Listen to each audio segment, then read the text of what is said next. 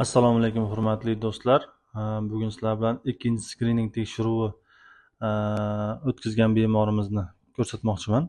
Ya'ni bu ikkinchi skrining 22 haftalik homila. Ko'rishimiz mumkin. Homilani bu bosh qismi, ya'ni peshona qismi, bu burun suyagi, bu burun uchki qismi, yuqori jag'i va pastki jag'i. Bu homilani yuz ko'rinishini yon tomondan ko'rgan holatimiz. Yana qo'shimcha ravishda bolalarning yuz ko'rinishini videoga olganman. Buni sizlarga ko'rsatmoqchiman. Ko'rishimiz mumkin. Homilani yuz ko'rinishini videoga olganman.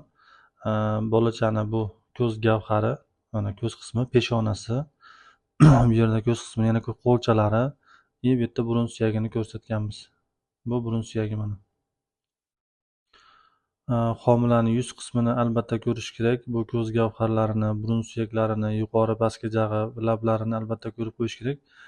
Juda ham ko'plab nuqsonlar shu yerda bo'lishi mumkin. Shuning uchun albatta yuz tuzilishini albatta ko'rib qo'yish kerak. Albatta burun suyagi bilan birgalikda. Bu homilani jinsini ham so'rashgan. Jinsini hozir sizlarga ko'rsataman.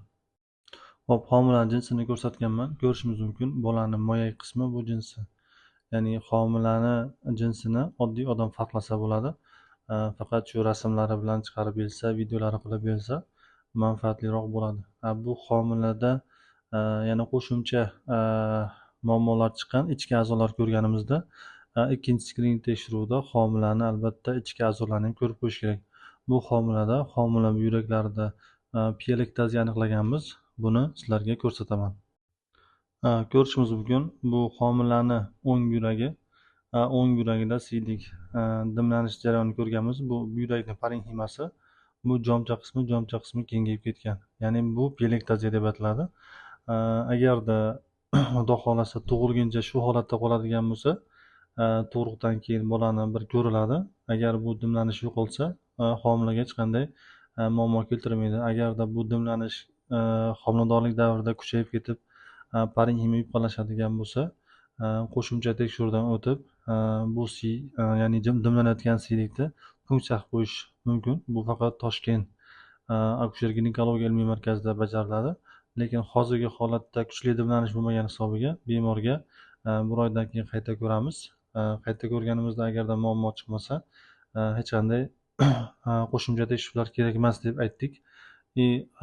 Bolani boshqa joylarda muammo chiqmaganligi hisobiga onani o'zini ham tekshirganimizda simfizit aniqladik. Simfizitni ko'rsatmoqchiman sizlarga. Mana ko'rishimiz mumkin.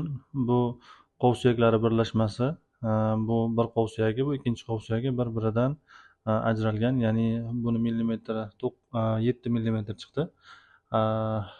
Bu holatda, hozirgi holatda bu narsa tug'ruq amaliyotiga xalaqit bermaydi. Dinamikada yana bir oydan keyin ko'ramiz. Bemorga tavsiyalar berdik. Agar bu 7 millimetr ertaga 13-15 bo'lib ketmaydigan bo'lsa, tug'ruq amaliyotiga xalaqit bermaydi. Ya'ni bu holatda birinchi darajali simfizit deb aytamiz. Homilani qolgan joylari hammasi yaxshi chiqdi. Yuragidan tashqari, onada ham hammasi yaxshi. Faqat simfizit kasalligi bor. Buni bir oydan keyin qayta ko'radigan bo'ldik.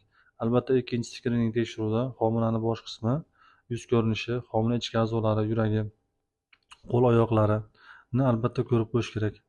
Ikkinchi skrining vaqtida homilaning jinsi juda ham aniq ko'rinadi. Salomat bo'linglar.